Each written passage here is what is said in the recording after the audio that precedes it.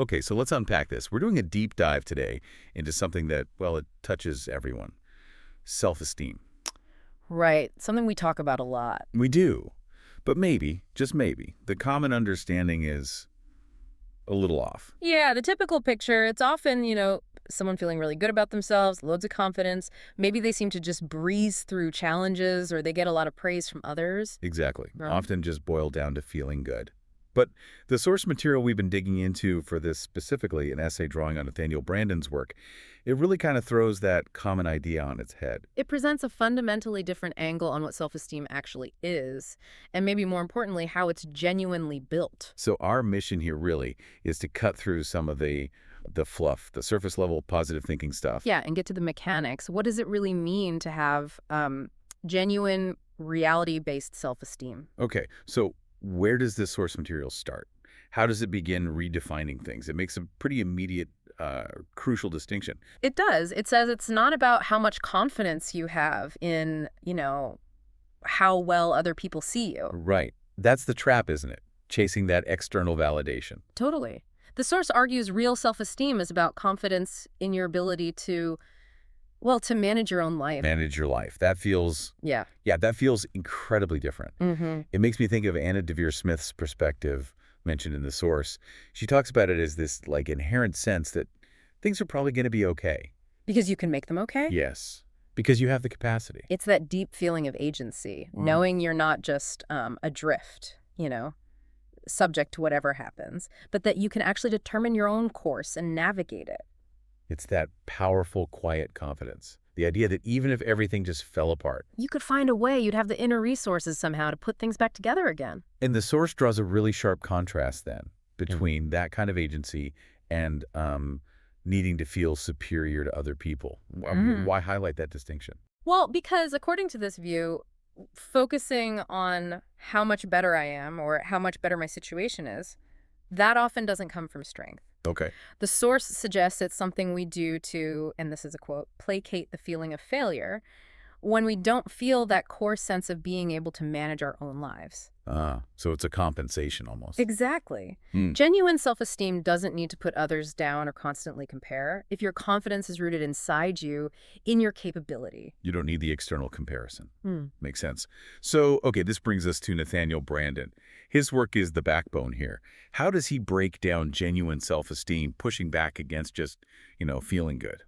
Well, the source is really clear. Brandon saw things like just repeating affirmations, I am beautiful, I am rich, but in isolation, without any grounding in reality. Right. He saw that as merely a substitute for the real thing, like trying to conjure a feeling without building the actual foundation underneath it. Okay, so what is the foundation then? What are the core elements Brandon identified? He boils it down to two fundamentals, and they really work together. First is self-efficacy, Self-efficacy. Okay. which is described as a sense of basic confidence in the face of life's challenges. It's basically believing in your competence, your ability to cope. Your ability to handle things. Got it. Yeah. And the second piece? That's self-respect, defined as a sense of being worthy of happiness. Worthy of happiness. Yeah. So it's not just can I handle it, but also am I fundamentally worthy of good things? Do I deserve joy, success, fulfillment? And the source really emphasizes that self-esteem, understood like this, isn't just a mood that comes and goes, right? Exactly. It's not something you just wake up with one day and lose the next. It's described as a continuing disposition. A continuing disposition. Yeah, a more stable state of experiencing that combined sense of efficacy and respect. It's less about a fleeting feeling, more about a fundamental relationship you have with yourself. Which explains why, as the source points out, you can't just wish it into existence. It's not magic. Not at all. It's built over a long period of time, and it requires many choices made continuously and with as much effort as possible. So it's an active construction project. Definitely. Not a lottery win. And crucially, it has to be reality-based. Undeserved praise, whether it's from yourself or others, that won't build this kind of self-esteem. The source is quite firm on that. Empty compliments, pretending you're something you're not. It might give a temporary ego boost, sure, but it doesn't build that deep, grounded confidence in your actual capacity and your worth. It has to be earned, really, through engaging with life, with yourself, honestly. Okay, so if it's built through effort, through conscious choices over time. Uh-huh. How do you actually do that? The essay drawing on Brandon, it lays out these 6 practices or pillars. Right. These are the how-to. This sounds like the practical part. Exactly. These are the actionable things, the ways you engage with yourself and the world to actually build that disposition of efficacy and self-respect. They're active choices, not passive feelings. Okay, let's walk through these pillars then. The first one is living consciously. What does that actually mean? The source describes it as not being controlled by subconscious stuff biases, old patterns, those shadow selves. Right. It's about being present, really observing what's going on around you and inside you, and making choices based on that clear-eyed understanding, not just reacting automatically from habit or old beliefs. Bringing awareness to your thoughts, your actions. Yeah, it's fundamental, really. You need to be aware to manage anything effectively. Makes sense. Yeah. Okay, pillar 2, self-acceptance. This one is about seeing your whole self. The good, the bad, the strengths, the weaknesses, the contradictions. Seeing all of it without judging or condemning. Without judgment. That sounds hard. It is hard. And the source is clear. This isn't delusion. It's not pretending you're perfect or ignoring flaws. Right. It's accepting the reality of who you are, the mix of traits, the whole package, without needing to approve or disapprove of every single part. Just accepting. This is me right now. Okay. Acceptance, not necessarily approval of everything. Got it. Third pillar, self-responsibility. This is about ownership. Owning your life, your choices, your well-being, holding yourself accountable for your happiness. Taking accountability. Yeah, and the source uses that powerful phrase, it may not be your fault, but it is still your problem. Oof. It's recognizing that, look, regardless of how a situation started, you are the one who has to respond. You're responsible for navigating it, for figuring out your path forward. It's about taking that agency back, not waiting for someone else to fix things. Exactly. Taking ownership of your response, your future. Okay. Number 4, self-assertiveness. And the source makes a really key distinction here, one that really struck me. It's the ability to stand up for yourself, express your needs, your values, but without being defensive. Without defensiveness. How does it explain that? It says defensiveness comes from fear. Fear of being seen, judged, maybe hurt. Assertiveness, though, comes from confidence. A kind of calm belief in your right to exist, to take up space, to express yourself authentically. Fear versus confidence. That definitely flips the script on how I usually think about sticking up for myself. Okay, pillar 5, living purposefully. Now, this isn't necessarily about finding some grand, singular destiny handed down from on high. Right, not some big capital P purpose. Exactly. The source defines it more simply as living mindfully, intentionally.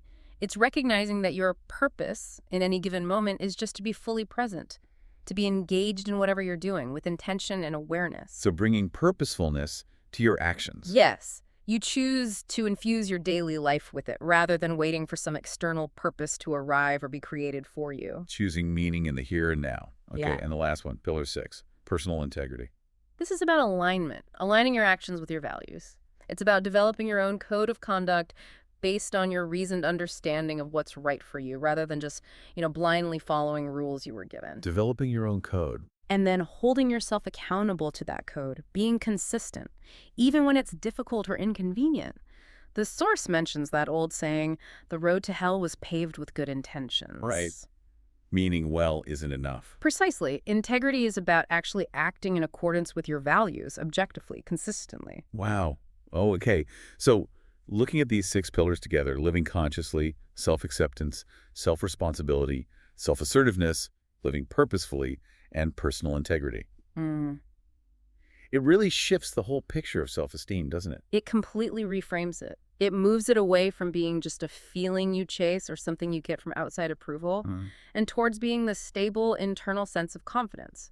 Confidence in your capability to live, to handle challenges, combined with that deep belief in your worthiness of happiness. And critically, like the source stresses, this framework gives you concrete actions, things you can actually do. It's not about just waiting to feel better about yourself. No, it's about engaging in these practices consistently. It's a dynamic process, building, refining, living in alignment with these principles. So to sort of wrap up this deep dive then, Yeah. the core message we're getting from these sources is that self-esteem isn't some fixed trait you're born with or a gift you receive. It's not even just that fleeting feeling of confidence before, say, a big presentation. No, it's a dynamic capacity, something actively built through the conscious practice of these 6 pillars we just walked through. Living consciously, self-acceptance, self-responsibility, self-assertiveness, living purposefully, and personal integrity. It's fundamentally a disposition. Is that the right word? Yeah, a disposition of efficacy and self-respect that's forged over time through reality-based effort and choices. Which leaves us, and leaves you listening, with maybe this final thought to chew on. If genuine self-esteem is truly built on this deep-seated confidence in what you're capable of and on your actions being aligned with consciousness and integrity, then how much of what we typically pursue for self-esteem, the external validation, the focus on superficial achievements, maybe even just repeating feel-good phrases without any substance behind them, how much of that might actually be, well, a distraction from the real deeper work involved?